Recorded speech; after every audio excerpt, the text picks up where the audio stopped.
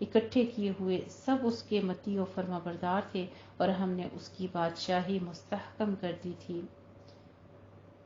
وفصل الخطاب، اور ہم نے اسے حکمت اور فیصلہ کن بات کی صلاحیت دی تھی۔ وَهَلْ أَتَاكَ نَبَأُ الْخَصْمِ، سبحان اللہ، حضرت داؤد علیہ السلام کے بارے میں جو خوبیاں اور جو صفات ان کی بیان کی جا رہی ہیں، بے شک اس میں بہت زیادہ تعریف ہے ان کے لیے، اور کسی پیغمبر کو اللہ سبحانہ تعالیٰ نے ایسا نہیں بنایا کہ ان کے لیے پہاڑوں کو بھی مسخر کیا ہو، اور یہ حضرت داؤد علیہ السلام اور حضرت سلیمان علیہ السلام کے لیے اللہ سبحانہ تعالیٰ نے خاص انعام کیا تھا۔ اور کیا آپ کے پاس جھگڑنے والوں کی خبر آئی جب وہ دیوار پھاند کر کمرے میں آ گئے؟ محراب سے مراد وہ کمرہ ہے جس میں سب علیحدہ ہو کر یکسوئی کے ساتھ اللہ کی عبادت کرتے، دروازے پر پہرے دار ہوتے تاکہ کوئی اندر آ کر عبادت میں دخل نہ کر سکے۔ جھگڑا کرنے والے پیچھے سے دیوار پھاند کر اندر آ گئے۔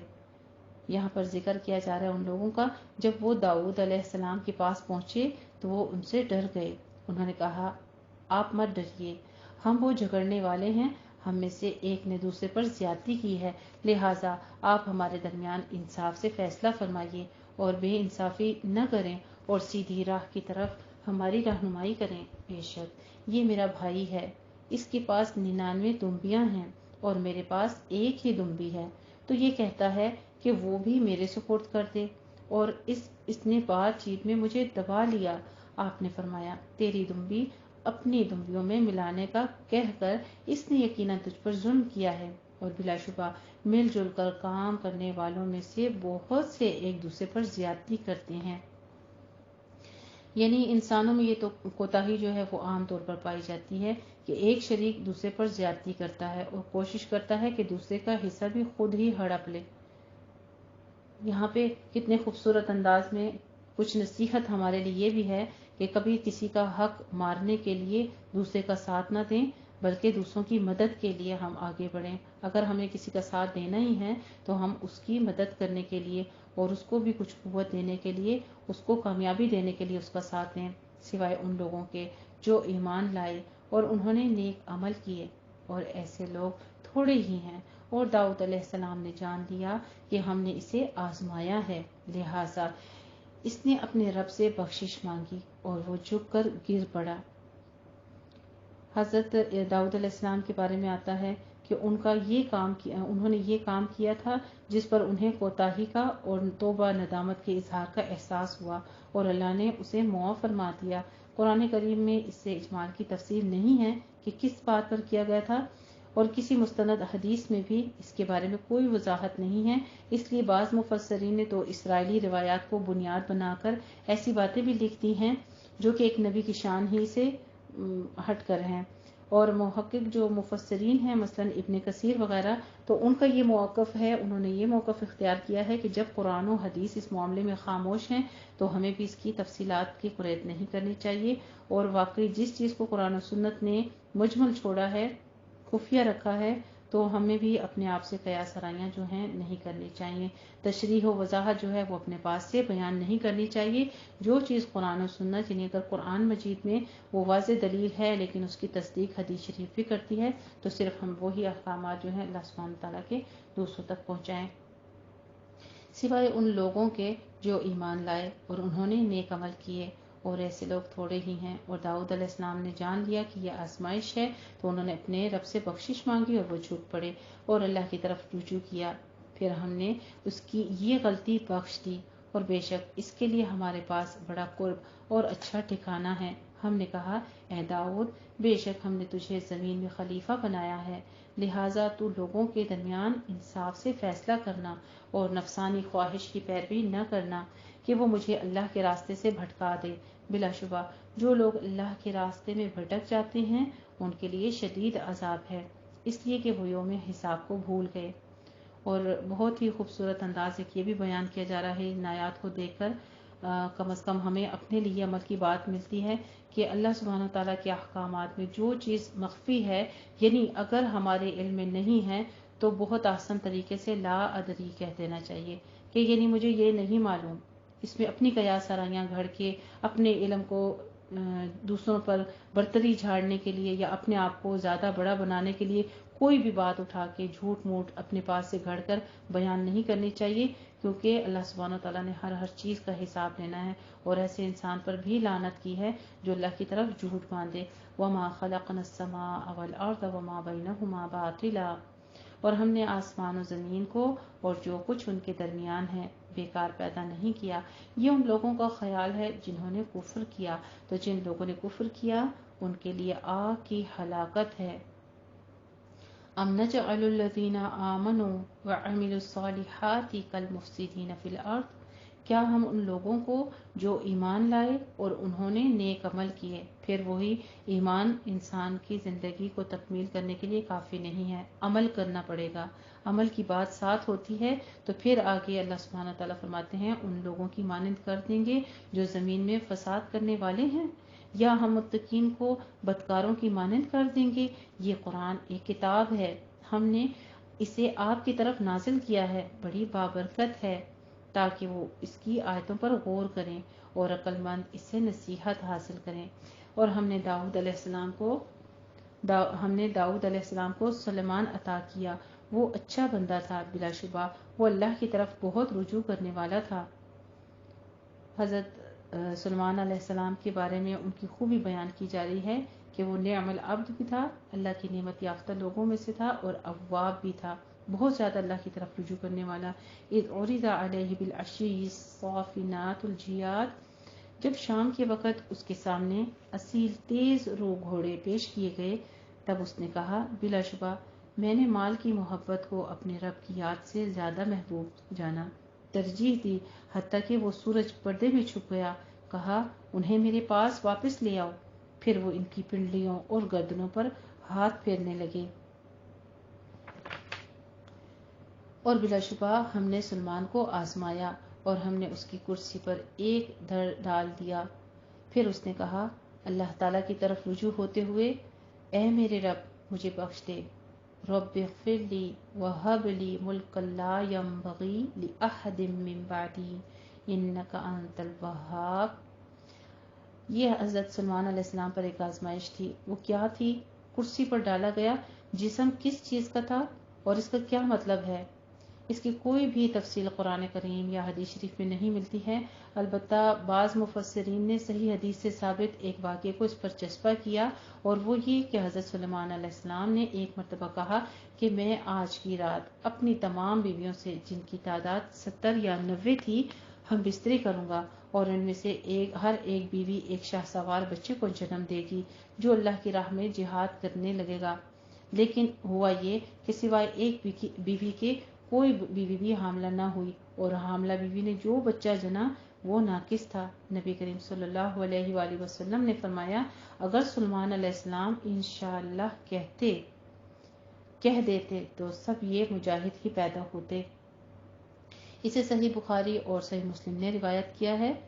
ان مفسرین کے خیال میں شاید انشاءاللہ نہ کہنا یہی فتنہ ہو جس میں حضرت سلیمان علیہ السلام مبتلا ہوئے، اور کرسی پر ڈالا جانے والا جسم یہی ناقص الخلقت پیدا ہوا۔ واللہ عالم۔ بعض لوگوں نے اپنی فاسد عقل اور روایت کے روح سے اس واقعے پر یہ اعتراض کیا ہے کہ ایک رات میں اتنی تعداد میں بیویوں کے ساتھ مباشرت کرنا ممکن ہی نہیں ہے، لیکن ہم عرض کریں گے کہ انبیاء کرام صلی اللہ علیہ وآلہ وسلم کو اللہ تعالیٰ معجزات عطا فرماتے ہیں۔ انہی معجزات میں ایک معجزہ قوت مردانگی بھی ہے، علاوہ ازیں اوقات میں برکت بھی ہے۔ اس اعتبار سے حضرت سلیمان علیہ السلام کے واقعے کو عام انسانی معیار پر نہیں مقرر کرنا چاہیے، اسے عقل روایت کے خلاف باور قرار کرنا یکسر غلط ہے۔ چنانچہ حافظ ابن حجر اس نقطے پر اپنی روشنی ڈالتے ہوئے لکھتے ہیں اس واقعے میں انبیاء علیہ السلام کی اس خصوصیت کا بیان ہے جو قوت جماع کی صورت میں ان کو عطا کی جاتی ہے،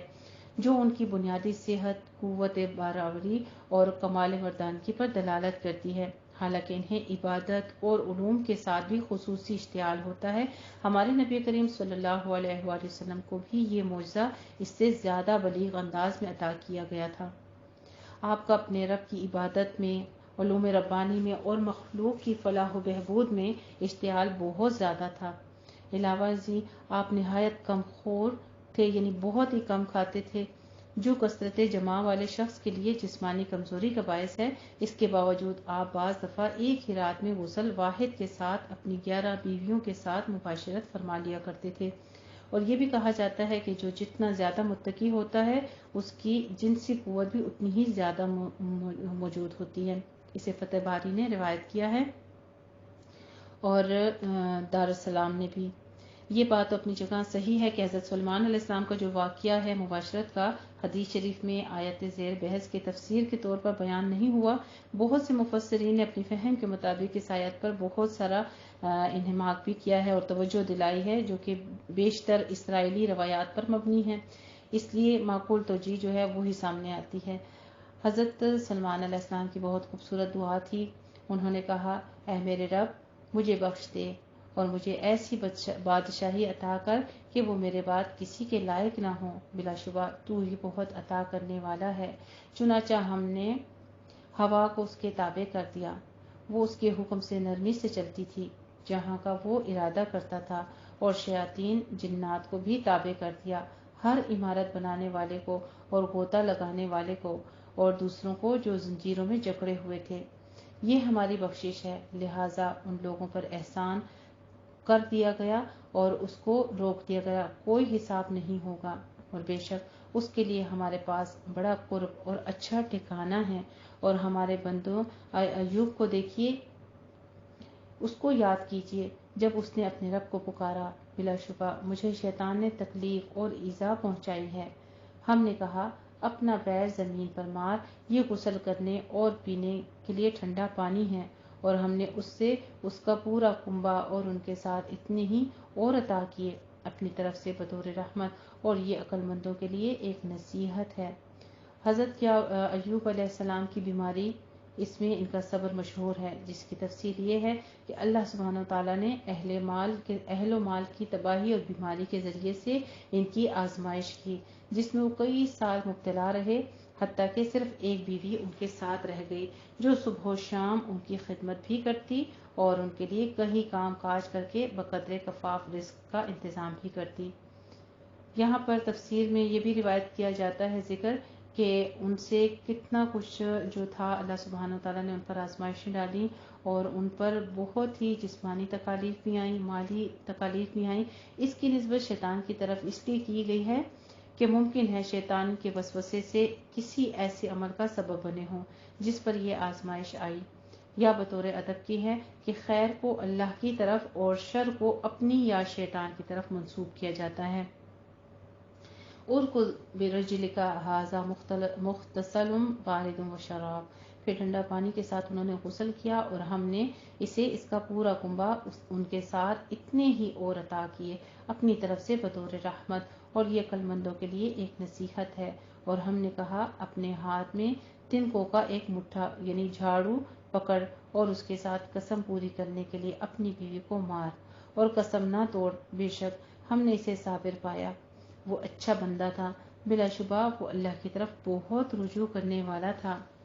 حضرت ایوب علیہ السلام کی بھی صفات میں ان کی خوبی بیان کی جا رہی ہے، نعم العبد، اور اواب بیان کیا جا رہا ہے کہ بہت ہی زیادہ رجوع کرنے والے تھے۔ وَاذْكُرْ عِبَادَنَا إِبْرَاهِيمَ وَإِسْحَاقَ وَيَعْقُوبَ، اور ہمارے بندوں ابراہیم علیہ السلام اور اسحاق علیہ السلام اور یعقوب علیہ السلام کو یاد کیجیے، جو قوت و بصیرت والے تھے، بے شک ہم نے انہیں ایک خاص وصف آخرت کی یاد کے ساتھ چن لیا تھا، اور وہ ہمارے نزدیک یقیناً برگزیدہ نیکوکاروں میں سے تھے۔ اور اسماعیل علیہ السلام اور یسع علیہ السلام، ذوالکفل کو بھی یاد کیجیے، اور ان میں سے ہر ایک نیکوکاروں میں سے تھا۔ یہ ایک نصیحت ہے، اور بے شک متقین کے لیے بہت اچھا ٹھکانہ ہے، ہمیشہ رہنے کے باغ جن کے دروازے ان کے لیے کھلے ہوئے ہوں گے، جبکہ وہ ان میں تکیے لگائے ہوئے بیٹھے ہوں گے، اور وہاں طرح طرح کے پھلوں اور مشروبات کی فرمائشیں کریں گے۔ وَعِندَهُمْ قَاصِرَاتُ الطَّرْفِ أَتْرَابٌ، اور ان کے پاس نیچی نگاہ والی ہم عمر بیویاں ہوں گی،